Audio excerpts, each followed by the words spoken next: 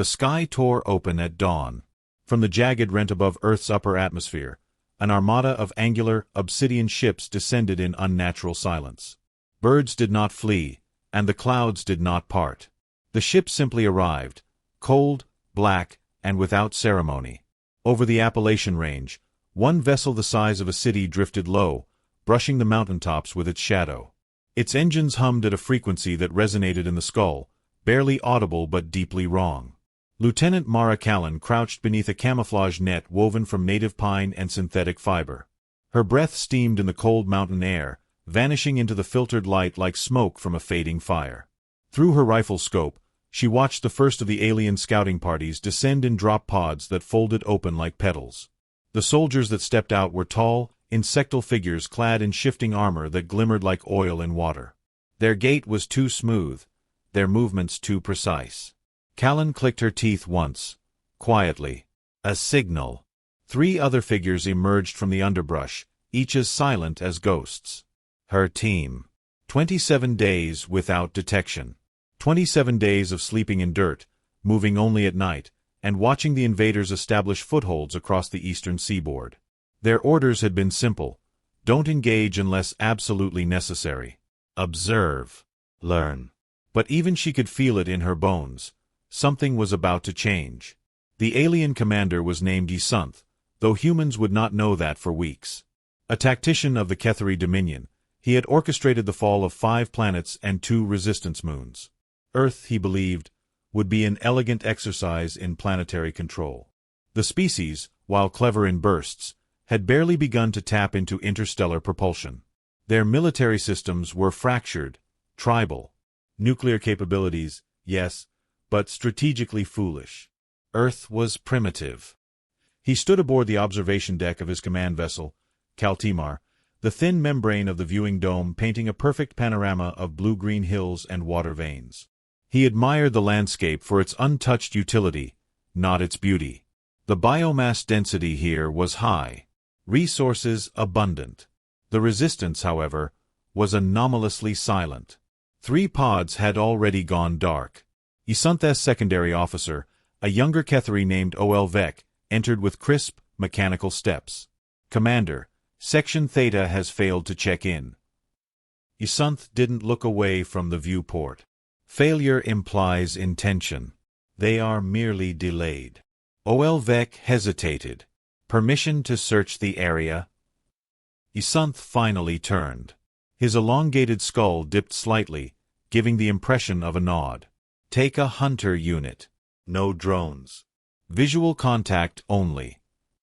Understood.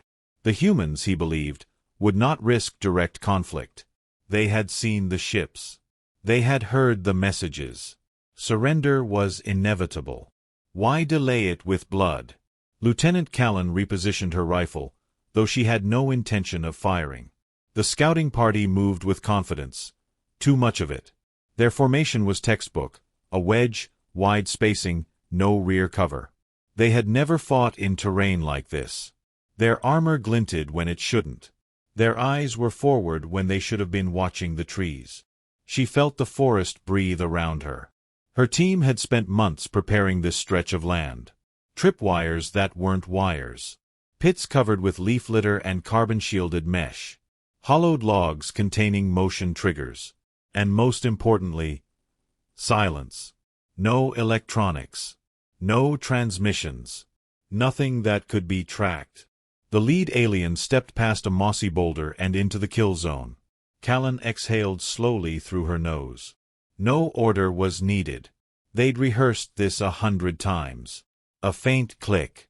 The forest exploded upward, earth, leaves, and synthetic mist erupting in a controlled bloom. The alien dropped instantly, armor sparking, but it was unclear if the blast or something else had killed it. The others stumbled, caught between motion and indecision. 2 of them never found their footing. A cable swept one into the air like a rag doll. Another fell screaming into a narrow crevice that had not been there moments ago. Silence reclaimed the space almost instantly. Callan didn't move.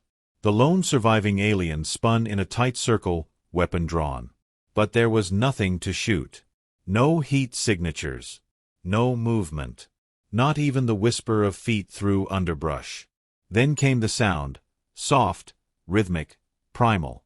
A distant warble mimicking the cry of a mourning dove. It echoed once, twice. The alien turned toward it, trembling. From behind, a blade of hardened ceramic slid through the base of its neck with surgical precision. No sound, no struggle.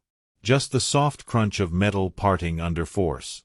Callan watched through her scope as Harper, her second-in-command, sheathed the blade and melted back into the woods. She did not signal, did not celebrate. They had a job. Isanth reviewed the feeds from his command station with increasing frustration. 2 teams unaccounted for. The third showing only static before dissolving into data corruption. Earth's electromagnetic field had minor anomalies, yes, but this was something else. He opened a direct channel to HFY. Report. We reached Theta's last known coordinates, the young officer said. His image flickered. Behind him, the dense forest loomed. And no bodies. No wreckage. Their tracking implants are non-functional. It's as if they were consumed. Isanth narrowed his black, reflective eyes. The humans do not consume their enemies. HFY hesitated. Not literally, Commander. But nothing remains. Even their footprints are gone. Isanth's mandibles clicked in thought. Return to base. Double security. No more patrols without aerial oversight. Yes, Commander. He ended the transmission and turned to the fleet AI. Deploy 6 aerial scouts with thermal overlays. Begin scan of grid Delta 5. The AI responded with a tonal chime. Confirmed. Begin Operation Spectre Sweep. Callan's team watched the sky brighten as new drones fanned across the upper treetops. Their triangular forms shimmered, barely visible through dense canopy. She tapped her wrist pad twice, inputting a brief code. Her comms remained offline. This was only for internal sequence. Across a half-kilometer stretch, dozens of animal lures activated simultaneously. Squirrels, foxes, even false bird flocks. Each emitted a unique thermal signature. The drones hesitated, algorithms unsure how to prioritize. Too much noise. Too many heat sources in too random a pattern. By the time the drones recalibrated, the team had already moved. Slow, careful. No sound. No digital emissions. Callan's breathing slowed until it nearly stopped. She became part of the forest. Rooted. Waiting. She thought of her brother, dead in the first wave, during the Seattle breach. He'd been a satellite analyst. Brilliant. He'd spotted the Ketheri ships long before they made landfall. No one believed him. Not until it was too late. Now she fought not for vengeance, but for clarity. Isanth paced the command bridge. He did not like anomalies. He did not like shadows. The Ketheri were masters of control, and Earth was refusing to obey. He summoned the ship's archivist, a withered elder who remembered the Dominion's early conquests. Have you encountered resistance like this before? The archivist's voice was low and rough, like wind through dry leaves. Yes, but not from humans. Explain. There was a species on Tolvec Prime. They did not resist with force. They resisted with fear. They made themselves myths. Ghosts. They won every battle not by killing us, but by making us afraid to fight. And what happened to them? The archivist's eyes dimmed. We burned their forests. It did not help. In the end, we left. Isanth stared out over the forest again. We do not retreat.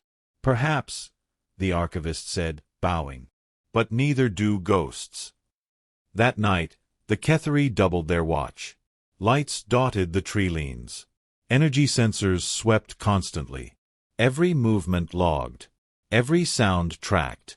And yet, no alarms were raised. Nothing was seen. But by morning, 4 more sentries were gone. No traces. No signs of struggle. Just empty armor shells, laid neatly at the edge of the perimeter, as if returned with ritualistic care. In the deepest part of the woods, Callan's team cleaned their tools. Knives sharpened. Suits repaired. They ate in silence, taking turns on watch. Harper finally spoke, his voice barely above the rustle of leaves. "They'll escalate." Callan nodded. "Let them. They'll burn the forest." She stared into the distance. "Then we'll fight from the ash." The wind picked up, carrying with it the scent of ozone and alien metal. Somewhere above, the Ketheri ship Kaltimar began warming its atmospheric cannons. Callan felt it in her spine. War was here. But it would not go the way the Ketheri thought. Not this time. Not on Earth. Olvek returned to the forward operating post with his armor smeared in mud and silence trailing him like smoke. The trek back had been uneventful, yet every crackle of undergrowth, every flicker of a branch bending where nothing should have passed, haunted his steps. His unit was gone. He'd left with 4 others. Only he had returned. Isunth regarded him impassively as the hatch sealed behind him. "Explain," the commander ordered, voice sharp as crystal under pressure. "They were taken," Olvek said, removing his helmet with a hiss of escaping pressure. His pale carapace was scuffed, the thin veins of his inner eyelids fluttering. "No fire. No resistance. We heard them die, but never saw it. They melted into the trees." Isunth's eyes narrowed. "Did you detect energy discharge?" "Explosives. Negative. No plasma. No kinetics. No thermal spikes. They were simply gone." Isunth turned toward the war table. The map of the region shimmered with Ketheri blue, paths, elevations, patrol routes, an overlay of logic on a wilderness that rejected it. He gestured at the western edge of the engagement zone. "This area. 8 disappearances in 3 cycles. All without trace." "Yes, Commander." "Burn it," Isunth said. "All of it. From orbit if necessary. Protocol limits us." "I am the protocol." Outside, the Kaltimar's atmospheric engines began to vibrate with the slow build of a strike cycle. Along the forest floor, the sound was almost imperceptible, like the hum of a buried power line. Lieutenant Callan felt it before she heard it. "They're preparing to fire," she murmured, crouched beside Harper beneath a canopy of thermal-resistant tarp. Her voice barely disturbed the stillness. Harper, chewing on a dried fig ration, nodded grimly. "They want to clear the field." Callan didn't respond right away. Her eyes were scanning the data strip on her forearm, manually loaded, unconnected to any network. Red markers pulsed where sentry lines had vanished. No bodies. Just signal loss. They weren't the only team operating in this quadrant, and one by one, the others were blinking out. She knew what that meant. The Ketheri were adapting. "Time to shift patterns," she said, tapping a coded sequence into her pad. Within moments, subtle changes echoed through the undergrowth. Camouflaged lines were pulled up, false trails redirected. Their scent traps, pungent enough to throw off alien tracking, were redistributed. Every move was silent, pre-rehearsed, like a forest adjusting its shape. By dusk, the area would no longer match any known topographic scan. Callan and her team had become phantoms again. The first fire strike fell at sunset. A beam of ultraviolet energy, soundless and nearly invisible to human eyes, sliced through a ridge a mile west. Trees combusted instantly, their sap flash-boiling. Animals fled. A hawk disintegrated mid-flight. The ground hissed as buried moisture turned to steam.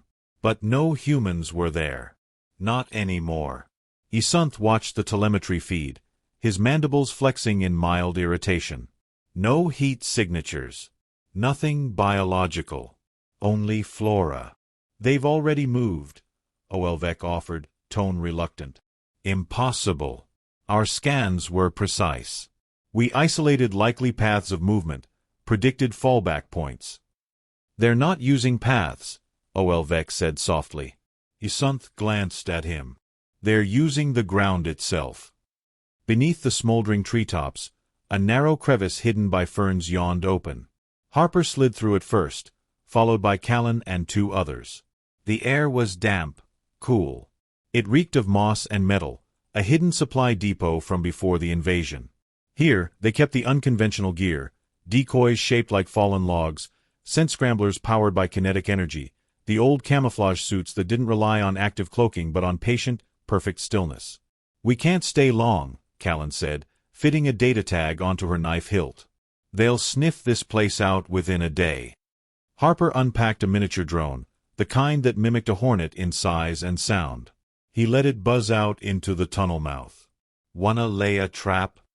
Callan shook her head. "No. Let them find it. Let them think they're winning." Harper arched an eyebrow. "Confidence game? It's all we have left." Up above, a new patrol of Ketheri soldiers combed through the wreckage. One knelt to examine a melted tree root when his optical visor flashed red. Movement detected. A shape darted behind a charred stump. He signaled. 3 others formed up and swept toward it. A low growl echoed from the shadows. They paused. It was a local creature, perhaps a predator. The Ketheri had catalogued over 100 Earth species already, but something about the sound, it was wrong. Too rhythmic. Too deliberate. They advanced anyway. One stepped over a root and vanished. Not fell, vanished. As if the earth swallowed him in silence. The others flinched, whirling to locate the threat. Another scream, cut short, then silence. Their formations dissolved in panic.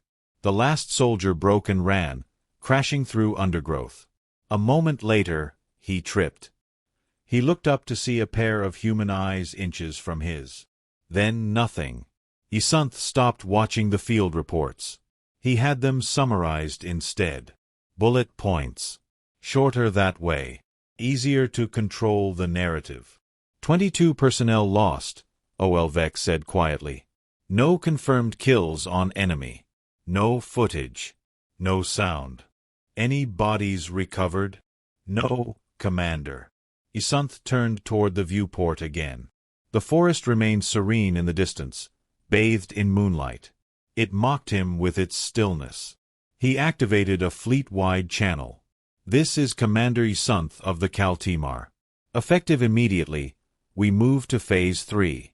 No more assumptions of inferiority. Full military response authorized. I want forward detection towers on every elevation. Disperse hunter units in overlapping patrol rings. Initiate thermal scrubbing. Ground saturation sensors at maximum." Olvek listened. The words were right. The tone was correct. But there was something brittle in Isanth's posture. Like a leader repeating doctrine to avoid admitting ignorance. By morning, the forest had changed again. Callan's team observed the new towers from 2 kilometers out. The Ketheri had built them fast, thin spires with rotating sensors, low-power emissions, and AI-assisted threat detection. She counted 15 in her sector alone. "They're scared," Harper muttered. Callan said nothing.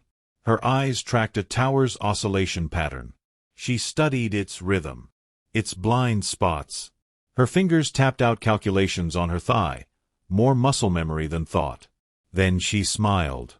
By midday, 4 towers in the southern grid began feeding corrupted data to the command vessel. Temperature inversions, false echoes, non-existent troop movements.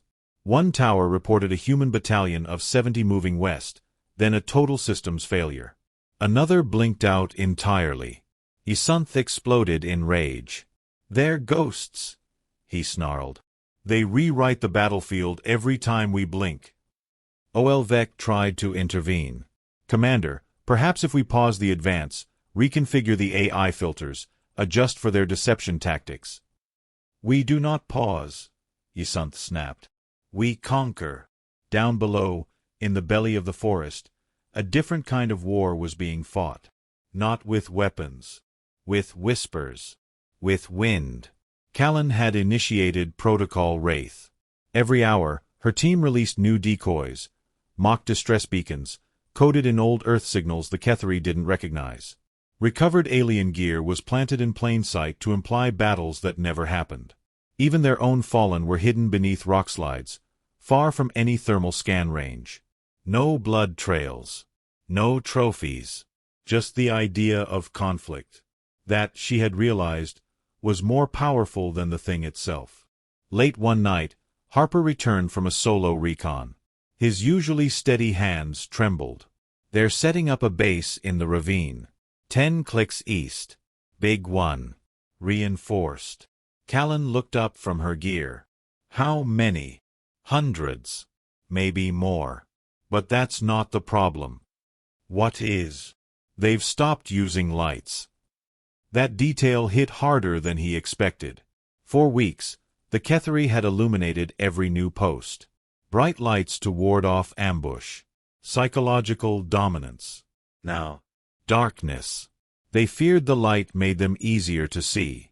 The shift was complete. The predators had begun to act like prey. Callan stood slowly. Then we move east. Tonight. Harper stared at her. All of us. Yes. Won't that be seen? Exactly. She smiled again, but there was no humor in it. At the ravine, Ysanth surveyed the newest base installation. The walls were made of reactive alloy, keyed to environmental camouflage. Sensor arrays formed a dome of awareness. It was perfect, but it was still quiet. He felt it in his chest, the creeping sense that he was alone in a crowd. He checked the perimeter logs. 12 patrols. All accounted for. He checked again. 11. Where is Delta Patrol? He asked aloud. Silence. No alarms. No triggers. Just gone. He turned toward Oelvek, who now hovered at his shoulder constantly, as if proximity would protect him. Prepare the command trench. I will not be caught off guard. Yes, Commander. By the time he reached the trench, another patrol had vanished. He walked the perimeter himself now. It made no difference. The fear had seeped in. Even the bravest among them now flinched at birdsong, at the rustle of leaves. And high above, from the rim of the ravine, a pair of human eyes watched. Callan lowered her scope. They're breaking. Harper nodded beside her. When do we strike? Soon, she whispered. But not all at once. Let them wonder. Let them rot. They vanished back into the forest, leaving only the impression of movement. The front had not collapsed. It had simply disappeared. The forest had grown quieter, but not in the way that brought peace. It was the silence of anticipation, of breath held before a storm. The Ketheri patrols moved with increasing caution, their once confident strides now tentative, eyes scanning every shadow. They had learned to fear the trees. Commander Ysanth stood before the tactical display, its holographic interface flickering with data points that told a story of attrition. Units lost without engagement, surveillance equipment disabled without trace. The enemy, these humans, had become phantoms, striking unseen and vanishing without a whisper. They adapt too quickly, Ysanth muttered, mandibles clicking in frustration. Oelvek, his second-in-command, nodded. Their tactics are unorthodox. They exploit our expectations, turning the environment into a weapon. Then we must change our expectations, Ysanth replied. Initiate Operation Scour. We will flush them out. Deep within the forest, Lieutenant Callan observed the Ketheri movements through a pair of binoculars, their lenses adapted to detect the subtle energy signatures of the alien technology. Beside her, Harper adjusted the settings on a makeshift device, its components scavenged from both human and Ketheri tech. They're deploying drones, Harper noted. Sweeping patterns, overlapping fields. They're trying to map the terrain. Callan nodded. Let them. We'll feed them a map of ghosts.